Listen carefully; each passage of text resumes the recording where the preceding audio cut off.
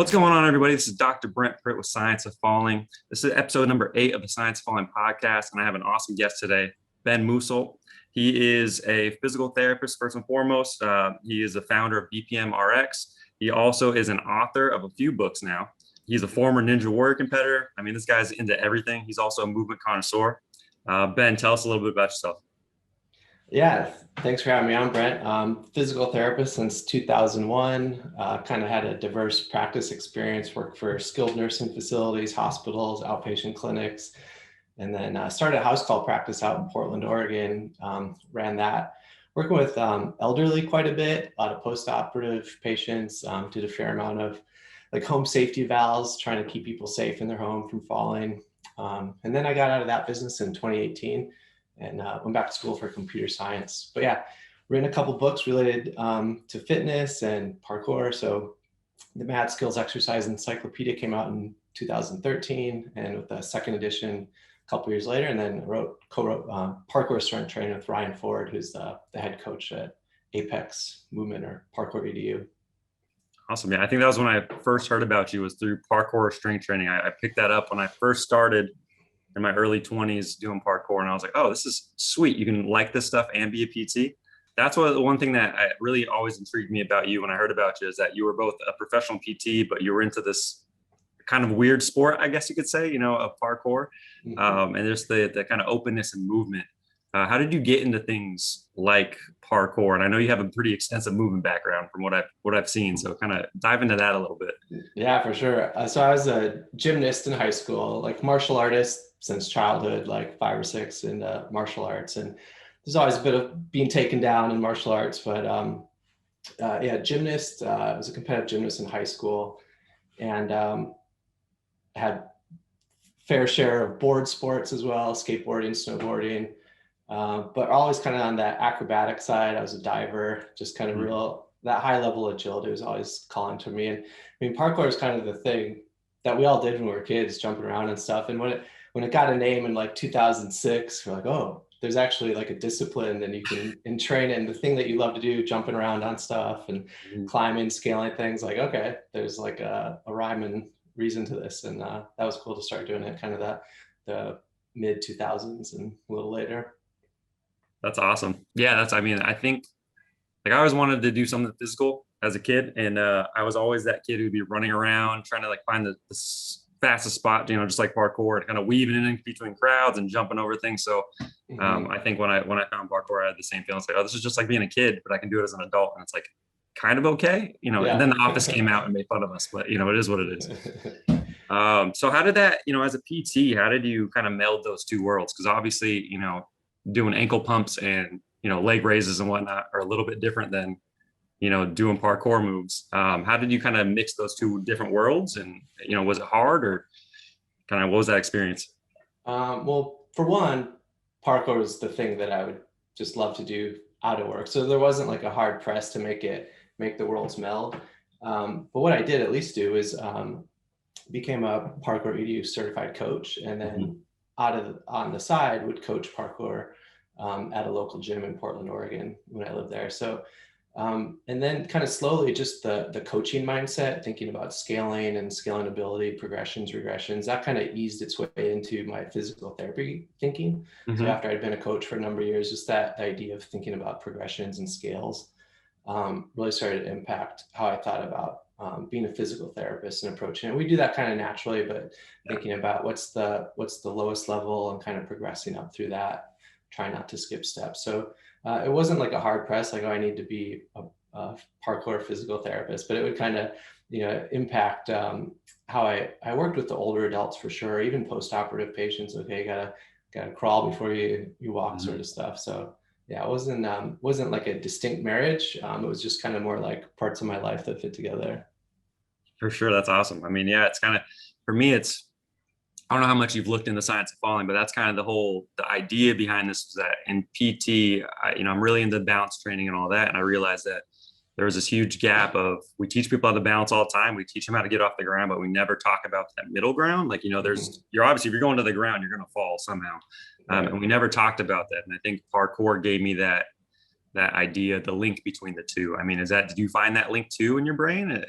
Because I think clearly I've read so. some of your articles and they kind of show that you have that link. So Yeah. Yeah. I think like a good analogy I use for the PT world where we have that gap about falling is kind of like if you're an MMA fighter and you went to an MMA gym and you're going to learn like three elements really. You're going to learn the stand-up fighting, the kind of sparring, punching, kicking, Thai boxing, boxing elements. And then you're going to learn like the Brazilian jiu-jitsu, the on the ground grappling.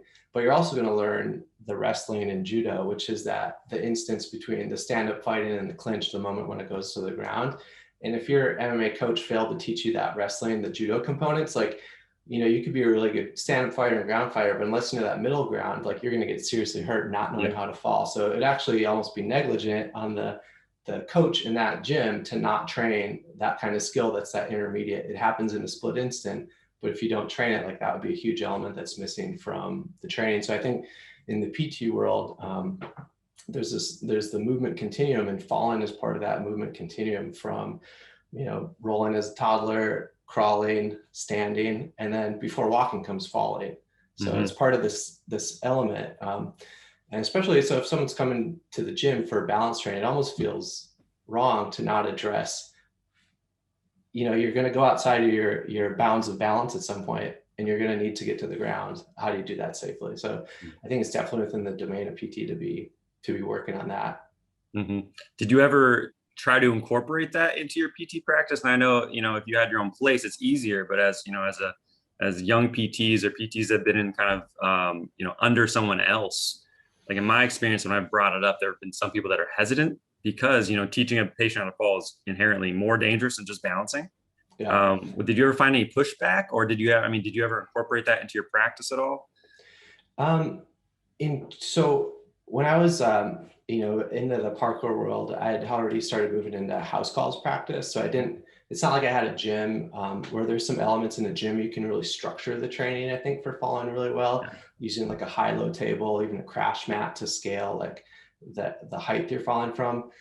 At the home though, would definitely, start the kind of a progression of what's it like to be sitting on the ground and roll to your back, roll to your side. What's it like just to roll across your body, see how it feels. Tall kneeling, half kneeling, squatting, kind of going to your body from that side. So, that's super safe. I don't think anyone's going to argue that teaching someone to roll or to go from a sitting position to their back is dangerous. Of course, you have to take everything into consideration who you're working with, but never had any pushback. But again, I wasn't like trying to market that to doctors or anything. For sure. Yeah. I think that's just in my brain. I've noticed it, like, we're both in Maine right now for the listeners. And there's a place called Maine Strong Balance. I believe it's over in Scarborough, and he's the only guy over there, the owner who I know is actually taking that falling aspect, and he's teaching some of his patients actually how to fall, with crash mats and whatnot. Oh, cool. And I thought that was pretty cool because you see other places and it's just no one does it. It just seems either the knowledge isn't there or there's a fear of hurting the patient or something. But I like what you're saying, doing the tall kneeling and, teaching how to roll from the ground. It's inherently safe. So yeah. And I think as long as you start from the ground and think of that progression, like the crash mat's kind of the last piece of it for sure. From standing should be kind of the last element. What's it like to go to the ground? You'd even have someone go to the wall or a high-low table before going all the way to the ground. For sure. Yeah, I know. Like, have you heard of physical therapy and balance centers? It's like I have actually. Franchise. Yeah, it's cool to see that that's got such an emphasis. Are they doing some stuff with that? Are they? I don't know about falling per se, but definitely balance. Balance, yeah. So how has your general movement background influenced you as a PT in the whole? Because I know you were on Ninja Warrior, which is pretty awesome, by the way. Like, that's mad respect for that. And like you do these things that are out of the ordinary. It's all fun stuff. It's just being a kid. It's out of the ordinary. How has that influenced you? Obviously, you took those skills and you made the mad skills encyclopedia, right? So you kind of went this other way around with it, and you opened up that world to other people. But has that influenced kind of how you interact with people, either in the, I guess, parkour coaching or in the PT world, and how you train them and the exercises you pick? I think, real important as someone that comes from a pretty diverse movement background, from the bodyweight strength training and gymnastics to the agility in martial arts and like skateboarding and stuff, the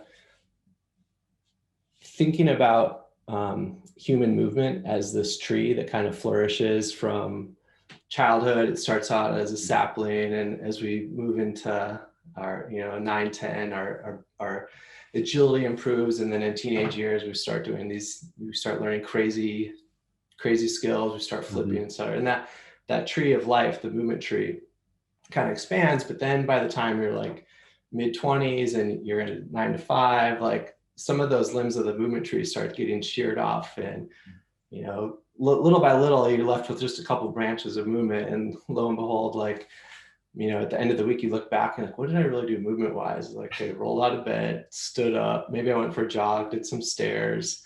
So that movement repertoire just gets smaller and smaller. And I think as a PT, people in the profession really have an opportunity to help people embrace the flowering and development of that tree of life, whether it's through movement, parkour, or anything that people enjoy, but to keep those limbs expanding and growing, so that by the time you're in your 60s, 70s, and 80s, like it's enough to walk safely. Like, that's kind of sad. Like, we should at those ages still be hanging and being on the ground, getting up from the ground, but trying to really think of just a diverse skill set, and through that imagination of a movement tree, I think is really helpful.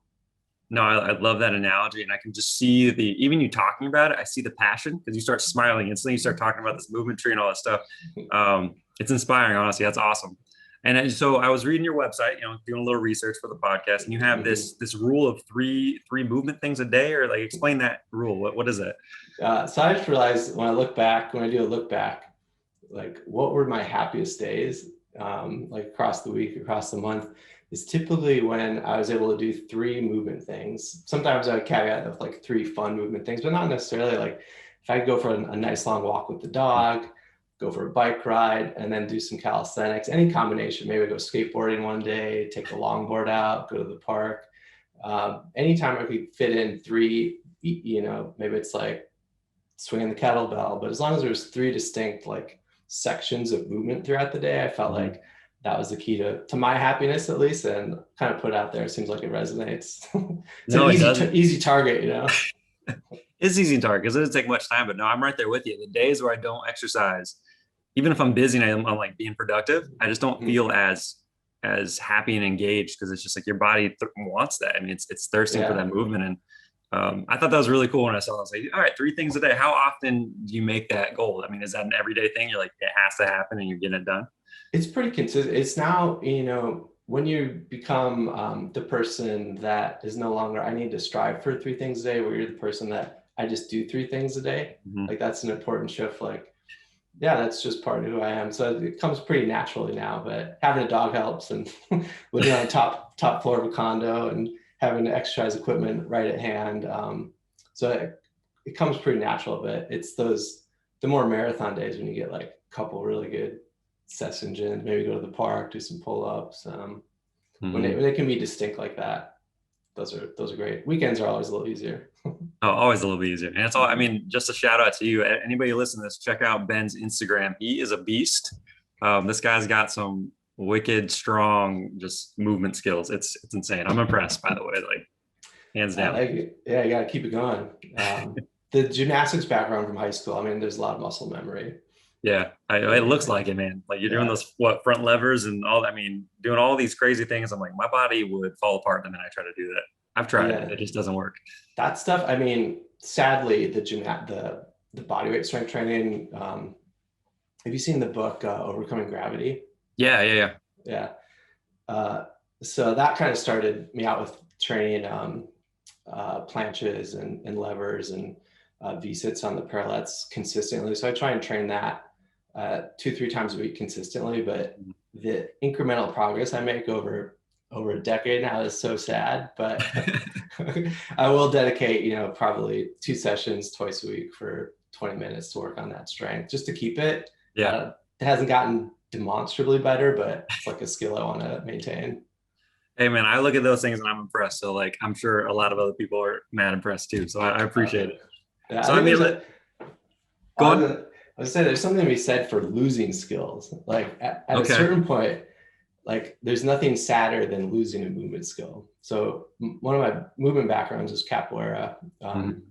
That's how my wife and I met in Oregon 20 years ago. But capoeira has just incredible floreo and acrobatics, and there's kicks like you do a backflip while kicking your leg over your head. And a bunch of my cohort of friends, we all had that skill, and now like late 30s, 40s, it's gone. Like we're all like reaching for it. So the not losing movement skills is such an important goal as well. Like keep training it. All right. No, so wait, do you think you can get that skill back if you've trained it? There's like a way to do it. I have to scale it.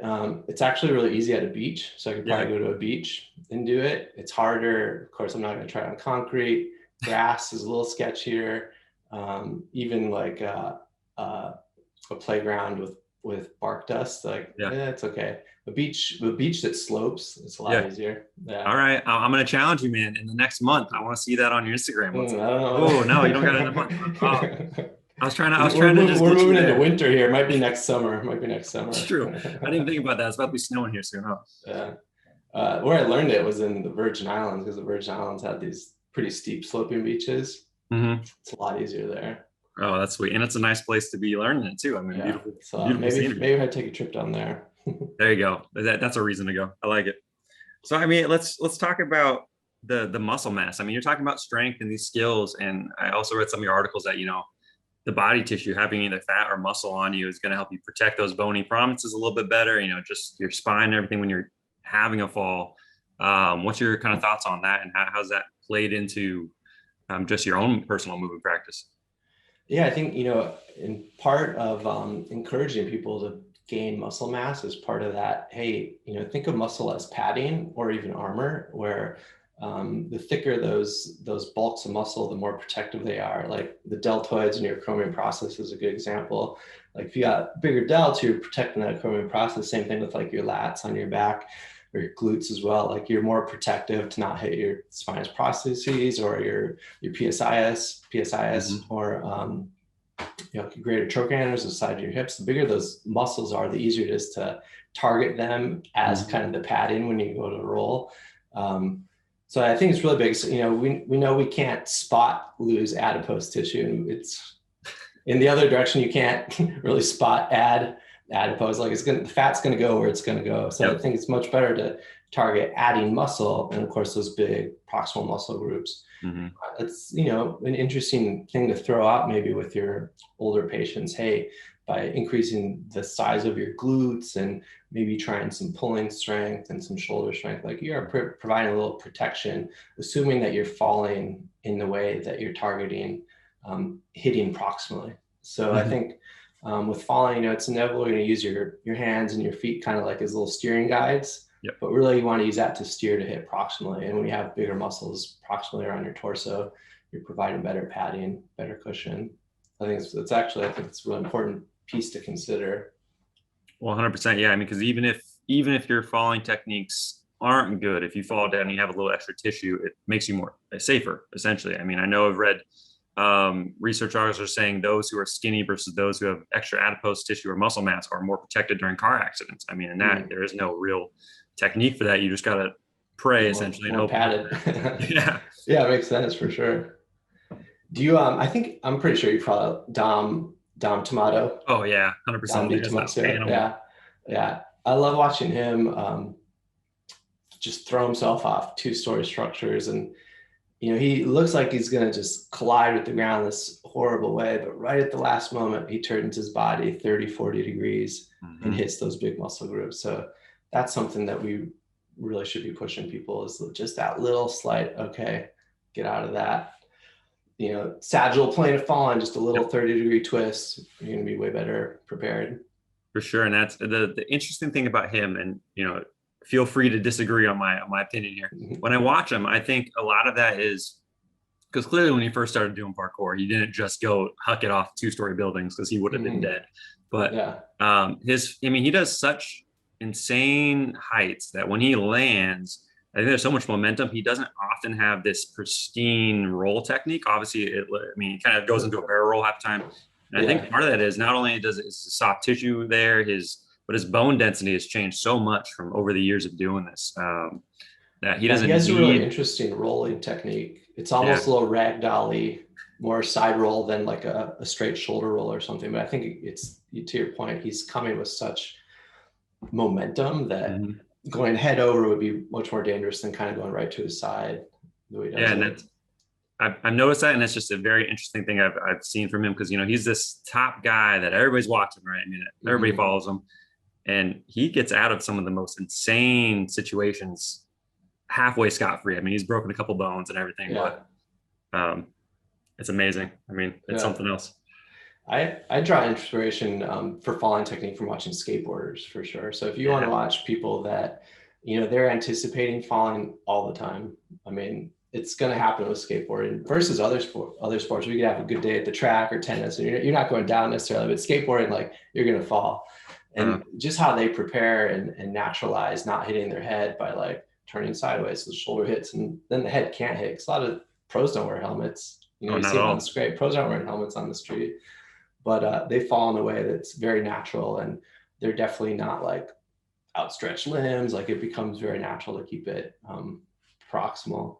That actually was that's how I could trace my roots in the physical therapy, was learning skateboarding. Like in middle school, I went to a skate park and slipped on a ramp, didn't fall the way I should have, like outstretched arm, sublex, tore my labrum. But that's not how, like, older, truer skateboarders fall, just go straight to the shoulder, but you definitely don't want to try and control it distally at the hand. So, not fun.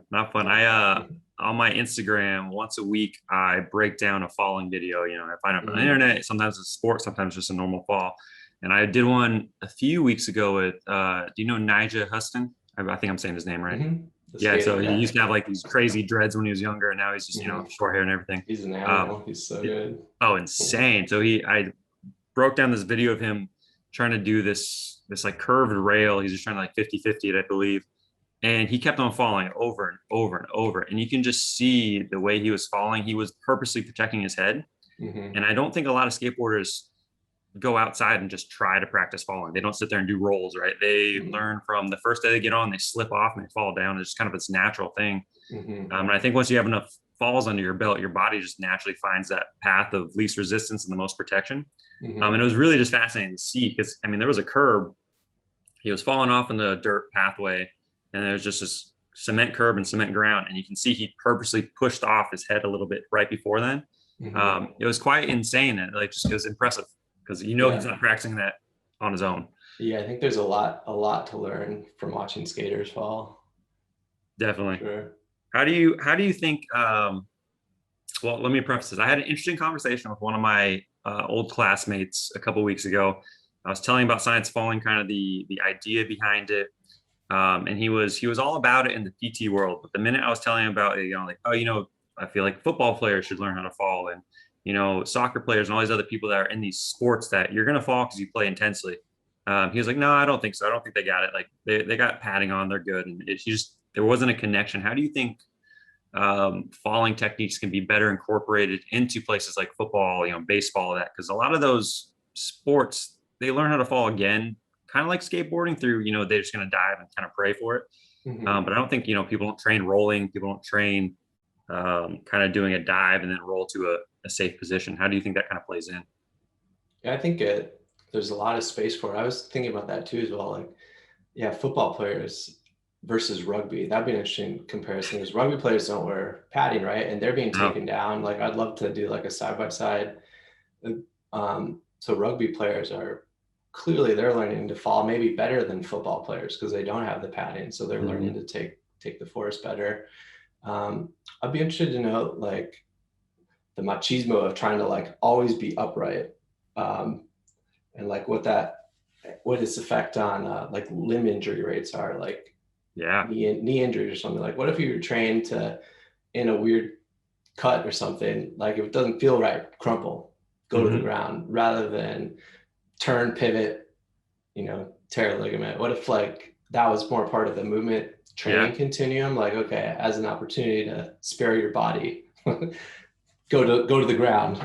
Oh, for sure. And I had the same thought. And there was an article that said the same thing, like ACLs and ligaments in the knee. If you come in basketball, if you come down from a bad shot, you're much better just crumpling instead of trying to stand up, because the rates of ACL tears go down dramatically. And it's just, in my brain, do I want to look, macho and stay up and then tear myself and be out of the game entirely for a year almost? And or do I want to go to the ground and just get back sticking out of your ankle? Yeah, you know what I mean? Like, I don't understand the thought process behind that. But since it is football season, I always find it interesting when players rather, dive and then just kind of fall like a brick and they don't move, versus the players that roll and they get a little barrel roll and they get back up and get back into play. I always think that's really, it's in the background. We're looking at whoever has the ball, but we don't look at these defenders who are falling down, rolling, getting back up into play, who they might have a chance to actually stop the other person. But so that to me is like, that's athletic falling, like at its finest. For sure. Yeah, it could be like, to your point, like people haven't been trained that, hey, going to the ground could turn into a roll and you pop up. But this is how we did it in junior high football practice. This is how we did it in high school. And it looks cool. The epic, like diving catch that you just drop to the ground and like load of bricks. That gets applause maybe. Yeah, for sure. And I mean, I think it's like, oh, the effort they had, and they dived and they fell down. But I'm like, man, I like the guy who's rolling, getting back into it. Like, that's awesome to me. For sure. There was another play I saw, I forgot who it was, but as much as I'm talking about sports, I'm like a non-traditional sports guy. I don't really watch football and basketball that much, but like there was a baseball guy who's running the home plate and he dives over the catcher and just like perfect, like just front roll, safety roll. It was fantastic. And he made the play. And I'm like, why doesn't everybody do that? Like, I mean, if we all had those skills in these sports, it'd be amazing. Did you catch any of the world chase tag? Oh yeah, all the time. That's awesome. That's gotta promote, elevate the going to the ground ability. Well, yeah, and I mean, you worked with Amos, right? That was or Ryan Ford and Amos owned the. Yeah, Amos was he was one of the coaches that did the certification. I went down to California for it, so yeah, I got to hang with him. He's a master. I was like, I always look at him as, because I took his initial like falling parkour ukemi class, and I thought that was super cool, and I actually really influenced a lot of this science of falling projects. I use a lot of his techniques for some of my tutorial videos, and I look at that and I'm like, that's just real world stuff. And I feel like a lot of in sports and in normal life, we as general people don't think we're gonna fall, or that we're somehow we're invincible of slipping. But I feel like it's like motorcycle riding. If you're on a bike, you're gonna go down eventually. But for some reason in our body, we don't have that. I don't know if it's a false sense of confidence or what that is. I mean, what do you think? Yeah, I think like part of that, going back to the movement tree analogy, as you slowly do less dangerous things into adulthood, you're not falling as much. That's so true. that branch like probably withers away. I don't need to even think about falling, because I haven't fallen in 2 years. I've been walking home to the office, to the car, no falls. Athletes are probably a little bit more attuned to it, but in daily life, somehow we got to bring it in, and probably exposure to sports like that, like World Chase Tag. And oh man, look at what these people are doing. Like, they're not teenagers. These are adults out there going to the ground.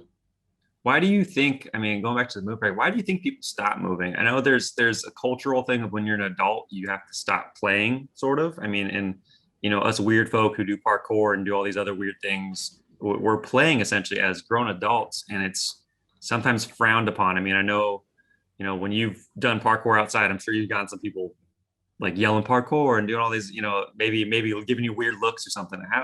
Where's the disconnect between using your body as a tool for movement and just fun, and being this upstanding adult who wears a suit and doesn't move around and just sits all day? I mean, where's that delineation, that line? I think it's probably just kind of a cultural carryover where it's just fallen out of fashion to do that type of training. You look back like late 1800s when they had these big gymnasiums like YMCA size, where people were rope climbing and hanging out on parallel bars. And now it's hard to find any of that equipment. So when you do, people are like, oh, that's kids equipment. Why are you calling it kids equipment? Like, no, this is like legit adult exercise equipment, but it's hard to come by, and it's been just like kind of like taken out of our culture slowly, that ability. So before we hopped on the call, I was telling you about finding some workout equipment in South Portland, which has been kind of a hard thing for me to do. Moved to Portland, Maine here in April, and missing kind of the park structure workouts that I had back in Portland, Oregon, and found this park in South Portland. But the workout equipment, it is spread out across probably like 3 or 4 kilometers. Like you have to walk. So there's like a pull-up bar, parallel bars, like some monkey bar stuff, but it is like, they don't make it easy. It's there, and it's in the back of the park. So it's not even like front and center. So really, even to see people doing it, like it's not near the baseball court, not near the soccer area. So if you and I were to go do that, no one would see us. So for us to do another park, it just becomes like this weird thing. I think if we do it more and kind of push ourselves, push our colleagues, push our patients to be doing it, it'll just be normalized. I mean, it's pretty cool to be able to move like that. Oh, for sure. I mean, there's nothing better than being able to, in my brain, whenever I was on, in a parkour gym or outside, and just being able to flow and feel natural in this environment that other people would be scared to move in. Jumping from, whether it be rails or jumping side to side and doing tic tacs and all that stuff. I feel like it's such you almost get into like a flow state of when you're doing it, and you're part of that environment all of a sudden, where usually people feel very disconnected to their environment. Yeah. One thing we could hope is that there's more parkour outdoor spaces. Like the West Coast had a fair amount of them. Out towards Boise has an epic one right across from the skate park. There's a really fun parkour area underneath an overpass that's covered. Oh, sweet. I think British Columbia had one. I think maybe outside of Seattle has one. I'm not sure of any of the Northeast here. You should maybe follow Colin McDonald. He's one of the Parkour Visions people, and he's now become like a parkour outdoor area training resource. So he helps design like outdoor parkour spaces. So I'll check him out. Yeah, just like skateboarding. Now everyone's skateboarding. It's in the Olympics. Like 30 years ago, it was hard to find a skateboarding park, and now they're everywhere.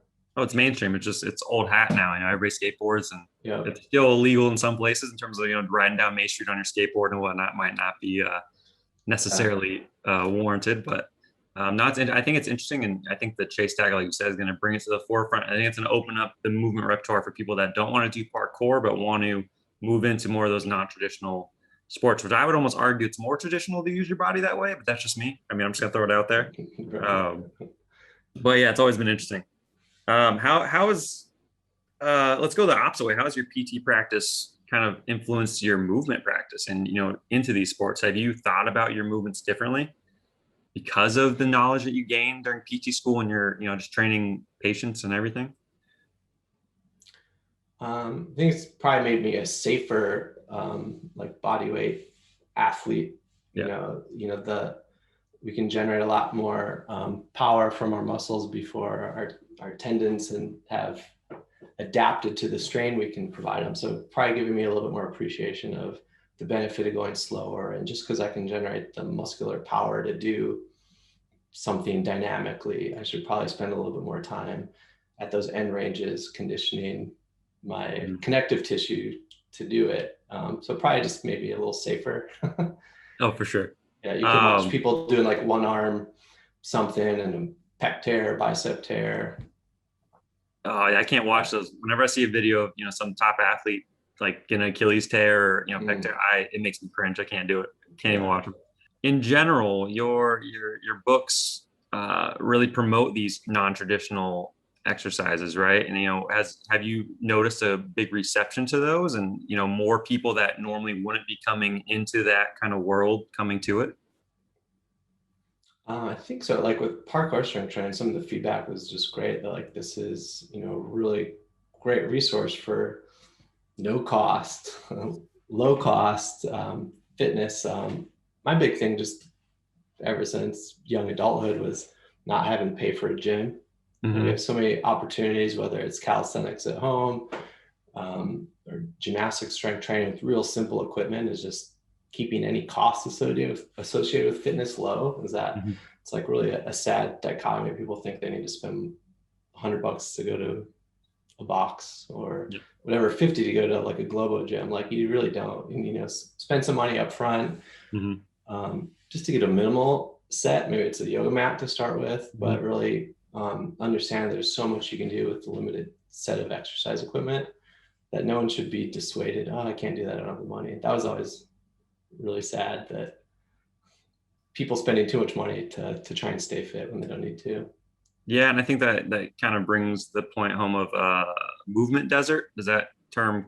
Yeah, so people, and sometimes it's if you're in an inner city, you can't really go outside and work out. Sometimes it's not safe, but I think like having that book with those 2 books that you authored or co-authored as well with parkour strength training, I think really bring some of that stuff, so you can do stuff inside the house, and you can do stuff in your backyard, and there's ways to work out and exercising, find kind of open up those limbs again of that tree, and flourish a little bit more, that as we get older, to find that fun again with some of these just body weight movements.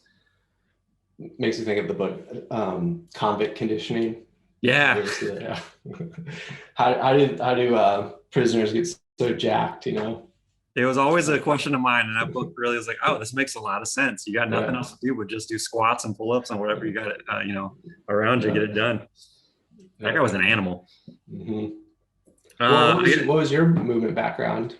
My movement background is not as extensive as most people would think. So when I was a kid, I have a really bad problem with authority. I was always getting in trouble. I played basketball when I was a little kid. My first game ever, I remember I shot on the wrong hoop, so it just all started out wrong. And then I tried to play football, and I went to a 3-day camp down in San Jose, California. Hated it. 3 days. We were doing 3 days, so I had 9 practices over 3 days, getting yelled at all day. Hated it. So then I got into skateboarding. Was a big love of mine, because it's a very individualistic. You can just kind of it was more like art. You kind of just get to look at the world and change it, and try to figure out your line. There was no real rules, and half the tricks have like 3 different names anyway, so it's like there was no governing body, just like kind of parkour. I got into weightlifting after that, and I love weightlifting. That was my first love.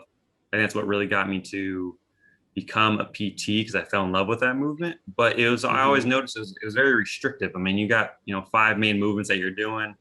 You can spice it up a little bit with different variations, but it was go in, hit chest, hit back, call it a day. And I still love doing that. But I think I loved it a little too much. I started getting injured a lot, overuse injuries. And so when I was 22, I was in Roanoke Park, California, going to Sonoma State University. And I was like, man, I just feel like trash every single day. Like, my body just hurts. So I was like, I got to take a break. I got to do something different. And by that time in school, I was learning, okay, like, switching up what you're doing makes the body a little healthier, do variable things. So there was a parkour gym called the Flying Frog down the street from me. And I was like, yeah, my knees hurt. Jumping on stuff sounds like a good idea. So I went, and it actually made my whole entire body feel amazing, because I was doing so much different movement than I was used to. And I found this whole world of these people that are very welcoming, that knew stuff that I've never even heard of. I did a Kong on my first day, and I was like, I'm done. I can die now. I was so happy, because I saw it on TV, and I was like, this is impossible. It's so crazy. And I fell in love with that, and that kind of brought me to where I am now, where I do obstacle course racing. I'm pretty big into that, and I just try to do as much variability as I possibly can. I have a beam, and I balance for like 10 minutes in the morning as like my meditation, and that's just fun to me. Nice. So I think I've always been drawn to these more non-traditional, of having the freedom to do what you like and create a movement practice that may not be like yours. Ours might be different, but they're both getting us to a similar place of having confidence in our body. So that was always interesting to me. We'll have to link up and go. Have you been down to Hub, the parkour gym in Boston? Have not. I've been invited multiple times, but I've not had the chance. Either I'm working or something's going on, but I've always wanted to go. It seems awesome. We'll have to do a road trip down there. I'm down, man. I'm a little bit rusty in my parkour skills. I tried to do a top out the last other week, and I was like, oh, I got no strength anymore. So I gotta brush up. All right, you and me both. All right, man. I don't want to take up too much of your time. Do you have any other thoughts on kind of the falling world, or PT or movement practice, anything like that? I just keep those branches growing in terms of acquiring movement skills. I love that you have a balance beam at your house. Have you heard? I think it's called the Balance Marathon. It's like a No. challenge I'd seen on Instagram a while back. I think it was for time or distance, but people spending like mad amount of time on a railing Oh, outside. geez. Now Yeah, I kind of want to do it. I think the yeah, longest I've go. done is 100 feet on a rail. Mhm. It's the longest I've done, but I was struggling. So, Yeah. Yeah, those challenges are a fun way to like push your envelope, like how long can I stay up on this beam mhm. or that type of thing. Yeah, I think those Yeah. are so much fun. Yeah. Yeah, keep moving. I think that's the key to my happiness. And I think a lot of people probably benefit from the same. No, I agree. And anybody who's listening to this on, on a podcast app, come check out the video on YouTube because just seeing Ben smile when he talks about the stuff it's inspiring. I mean, I can see the passion for it just from your face when you start talking about it. All of a sudden, it's just like your face changes. I'm like, oh, this is cool. All right, I like it. Yeah. Yeah, I mean, it's it's pretty something, awesome. when you travel, I don't know if you've had this experience, but traveling, I've been really lucky, spent time in South America, Asia, Europe, and you go to the park and you're only hanging out with kids essentially. And they're like, look at this adult doing crazy Hmm. acrobatics, exercise. But that joy is like contagious because then the adults see you and they're like, oh, I should go hang out with them. Yeah, I've had quite a few of those experiences, and it's like I was talking about before. Sometimes you get weird looks, but sometimes people slowly start coming over. They stare at you for a while, and you just say, "Do you want to come like hang out and check this out?" Like I've been slacklining in parks and doing parkour in parks. I'm like, "Come on over, try it out. Like I'll show you something easy." And then you kind of create this community all of a sudden right in the spot, and they're all about it, and you can teach them Right. stuff, and they went from being an outside observer to part of the fun, and it's a cool way to bring new people into just that train of Yeah. mind and everything. I mean, I think it's awesome.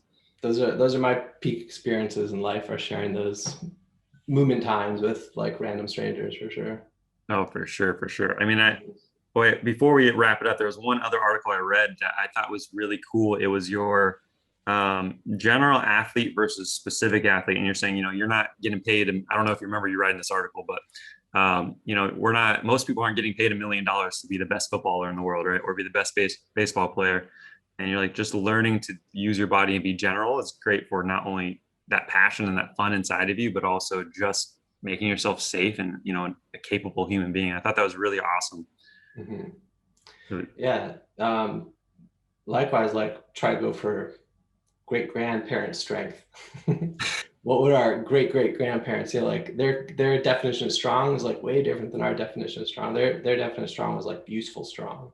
Yes. I can carry this load of bricks up these stairs because I'm a bricklayer, and I can carry this pipe because I'm working this labor job. Like now people pay money to go do that type of workout, and you know It's that was impressive. I look at my, 4 months. my dad. He works for a bank, but he's like on his off time, he just works his ass off Mm-hmm. and he has these massive forearms. I'm like, my forearms are like these baby things. And I work out and I think I'm strong. And I look at him like I've never my entire life been able to beat him in arm wrestling or anything like that. It's just in my brain, I'm like, man, I am nothing compared to that. Like that's just real strong. Yeah, going for that kind of ancestral strength. Get back to it. I like it. Ancestral strength. We're gonna call it that from now on. There I we love it. go. All right, Ben, you got anything else to say? And if not, tell the people where they can find your work at and, support you and see what you're doing and just kind of allow you to keep on growing and doing the things that you love. Yeah, sure. So my blog is benmusholt.com. I haven't published anything in a while, but I got a couple articles in there I've been thinking about. Otherwise, Instagram, Ben Musholt. All I'd right. love to hang out and send me your pics. Cool. I love it. And where can people pick up your books? I know they've been out for a couple of years, but I'm pretty sure they're still like they're evergreen, right? I mean, those things don't get old with the principles you're talking about.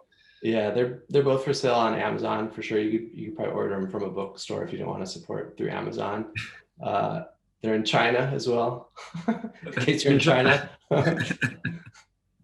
I love it. Is it in Chinese in China too, I'm assuming? Or is it? Yeah, Oh, seriously? No way. That's awesome. yeah, International, man. yeah.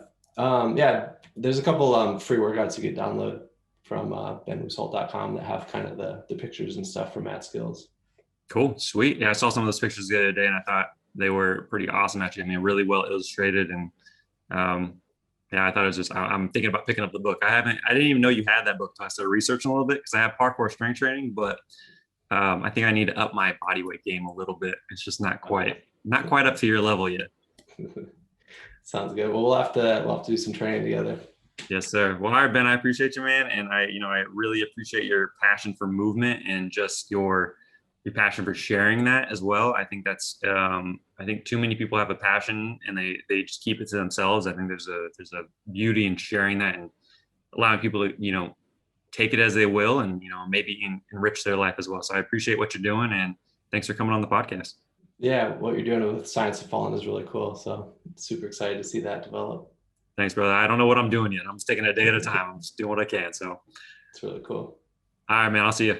All right. Take care.